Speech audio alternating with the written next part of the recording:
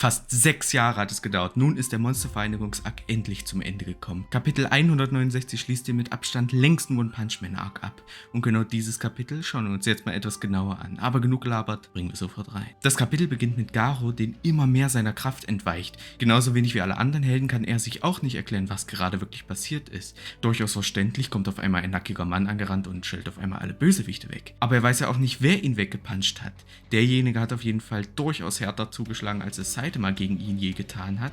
Ein weiterer kleiner Hint darauf, dass Saitamas Kraft sich wirklich ohne Grenzen immer weiterentwickelt und weiter wächst. Doch um Garo herum versammelt sich jetzt eine riesige Heldenmeute, die einfach sehr schlecht gelaunt ist. Zurück bei Saitama und Genos hat Saitama wieder alles repariert und beide untersuchen jetzt mal den zweiten Kern, den er da mitgenommen hat. Genos ist sich nicht so sicher, worum es sich da jetzt wirklich handelt, also steckt er erstmal sein Kabel rein, bemerkt aber, dass der Kern doch irgendwie echt sein muss und dann bekommt er den absoluten Informations-Overload. Alles, was in der anderen Zeitlinie passiert ist, geht jetzt einfach in Genos Gedächtnis über, denn der Kern, der hat alles miterlebt. Und Genos versteht alles direkt und fragt Saitama, ob er sich an irgendetwas Besonderes erinnern kann. Der hat aber wirklich keine Ahnung, was Genos wirklich meint. Saitama scheint also wirklich nichts mehr von dem fetten Kampf mit allen Drum und Dran mehr zu wissen. Ein bisschen schade, wie ich finde, weil das doch irgendwie Saitamas Charakter in dem Arc jedenfalls weiterentwickelt hat. Aber naja, vielleicht kann er sich ja noch halb vielleicht irgendwann dran erinnern, genauso wie Garo. Wie gesagt, durchschaut Genos das ja alles direkt. Der Kern und ein Teil von Saitama kommen aus einer anderen, vergangenen Zukunft. Kurz gesagt, ja, das heißt, das One Punch Man Universum ist einfach weitaus facettenreicher, als wir es bisher überhaupt angenommen haben. So meint Genos weiter, dass es verschiedene Zeitstränge mit verschiedenen Realitäten gibt. Und Saitama hat nämlich, als er beschlossen hat, in der Zeit zurückzureisen, eine neue Zeitlinie kreiert. Ob Multiversum oder nicht, da bin ich mir jetzt nicht so sicher, da kann man sich durchaus streiten, weil ich jetzt nicht weiß, ob diese eine Zeitlinie dann noch weiterläuft oder die Zeitlinie mit dem Übertreten von Saitama irgendwie sich aufgelöst hat vielleicht. Aber das sind zu viele Ebenen von Realitäten, da schaue ich jetzt auch nicht mehr durch. Und das ist auch eine OPM, also weiter geht's. Nicht einmal die Gesetze der Natur konnten Saitama wirklich davon abhalten, alle Leute zu retten. Er ist einfach der einzig wahre Held. Er hat aber auch, ab dem ersten Satz, wo Genos gerade geredet hat, einfach nicht mehr zugehört und versteht jetzt gar nichts mehr. Denn Genos ist der Einzige, der wirklich weiß, was zwischen Garo und Saitama passiert ist. Und jetzt meint Genos auch interessanterweise, dass er das den richtigen Leuten erzählen wird, was da Saitama verbracht hat. Aber wen meint er da jetzt? Gute Frage, vielleicht der Heldenvereinigung, damit Saitama jetzt endlich S-Klasse Rang 0 wird?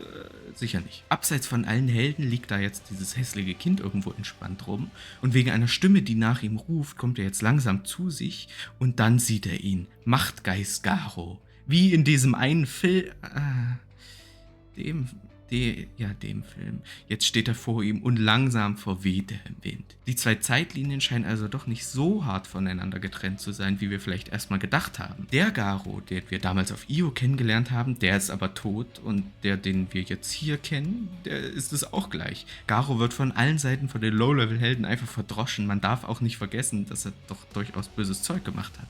Also ist schon gerechtfertigt. Garo versteht jetzt aber gar nichts. Warum verlassen ihn seine Kräfte? Wer hat ihn besiegt? Und vor allem wie? Er ist jetzt völlig am Ende. Innerlich hat er schon bereits aufgegeben, sollen ihn ruhig alle Leute töten. Aber Metalbed, da er ja eine gute Seite von Garo jetzt am Ende mitbekommen hat, hält die Leute auf. Doch dieses Monster muss hingerichtet werden, meint Amai Mask.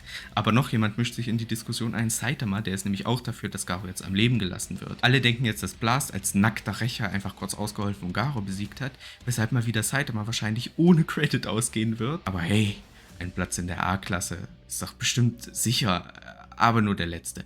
Und als letzter soll jetzt auch Saitama über Garos Schicksal entscheiden, meint Genos. Wenn einer die gute Seite von Garo im Kampf kennengelernt hat, ob Absicht oder nicht, dann ist es wohl Saitama. Und jetzt wird's besonders interessant. Zombie-Man geht jetzt zu Garo und fragt jetzt bewusst nach einem gewissen Gott und ob dieser Gott vielleicht auch ihm Kräfte gegeben hat. Auch Flash erinnert sich, dass Blast Gott erwähnte, der Endboss von OPM wird jetzt immer weiter aufgebaut. Aber Garo lacht allen jetzt nur ins Gesicht, er hat alles durch seine eigene Kraft geschafft, meint er. Eine gekonnte Notlüge, aber irgendwie hat er ja auch recht. Er war ja dann auch schon ohne die Hilfe von Gott einfach unglaublich stark. Dazu kommt noch, dass er willentlich auf jeden Fall nie den Deal mit Gott eingegangen ist und am Ende war es dann auch noch seine göttliche Kraft, beziehungsweise die göttliche Gotteskraft, die alles wieder rückgängig gemacht hat. Diese Kraft hat ihn aber jetzt größtenteils wieder verlassen und so fleht er jetzt alle an, das haben wir ja schon mal in Kapitel 164 gesehen, das jetzt geretort wurde, dass alle ihn doch jetzt töten sollen. Übrigens, falls ihr es noch nicht gesehen habt, Video zu einer sehr nicen Theorie zum geretorten Kapitel 164 ist oben beim i verlinkt. Du willst sterben? Tja, dann erfülle ich dir doch gern den Wunsch, meint Amaya Mask und will jetzt Garo ein für alle Mal enden. Aber wie eine Zecke wirft sich jetzt ein dicker Junge an Sugar Masks Bein. Dario meint jetzt lautstark, dass Garo ein wahrer Held ist und auch King erinnert sich an dieses häslige Kind, jeden Knirps, den er da in der Vereinigung ja gerettet hat. Schon da hat Dario über diesen Onkel gesprochen und dass er so ein toller und netter Held sein soll. Und damit meint er dann wohl Garo, schlussfolgert King. Die Hinrichtung, tja, die wird allerdings fortgesetzt, aber nicht mit King. Die King-Engine dröhnt jetzt einfach so laut wie noch nie zuvor und alle, die gerade noch Garos Tod wollten, die fliehen jetzt einfach in alle Richtungen. Ein Kind schaut zu, meint King und auch Amaya Mask verstummt jetzt vor der schieren Präsenz von King. Jetzt kann sich Bang aber auch mal zu Wort melden. Garo kann seine Schuld nur begleichen, indem er ab jetzt einfach Gutes in der Welt tut. Damit hat das absolute Böse ja schon Erfahrung gemacht, meint Trio Lord Saitama. Auch das eine Mal, wo Garo zum Beispiel Platinum S und das Wasser zerkloppt hat, hat er ja auch King oder auch die anderen Helden gerettet. Egal ob Absicht oder nicht, seine Taten bringen einfach immer mehr Positives als Negatives. Aber das ist einfach viel zu viel blödes Gelaber für Garo und so macht er einfach einen schnellen Abgang. Nach Saitama zu orientieren, nach oben wahrscheinlich zum Mond oder so, wer weiß. Und das war wahrscheinlich jetzt auch für lange, lange Zeit das letzte Mal, dass wir überhaupt Garo gesehen haben im Manga. Wie gerufen kommt jetzt wie schon mal beim Boros-Arc Metal Knight am Ende, wenn alles schon vorüber ist, erst an. Child Emperors Hilferuf hat wohl Wirkung gezeigt oder vielleicht auch nicht, vielleicht ist er einfach nur wieder wegen der Tat gekommen. Aber diesmal ist nicht nur ein Roboter, sondern gleich die ganze Armee von ihm dabei, die uns wirklich mal wieder spekulieren lässt, wie groß ist bitte Metal Knights volle Kapazität. Das ist doch auch schon Gott-Level.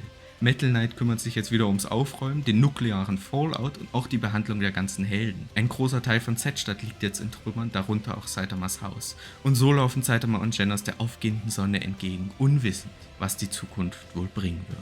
Ende des Kapitels und Ende des Monstervereinigungs-Arcs. Ich hoffe natürlich wie immer, das Video hat euch gefallen. Wenn ja, dann One Punch doch gerne den Like-Button oder abonniert doch gerne meinen Kanal, um nichts weiter bezüglich One Punch Man zu verpassen. Das war's aber jetzt von meiner Seite und auf Wiedersehen. Tschüss.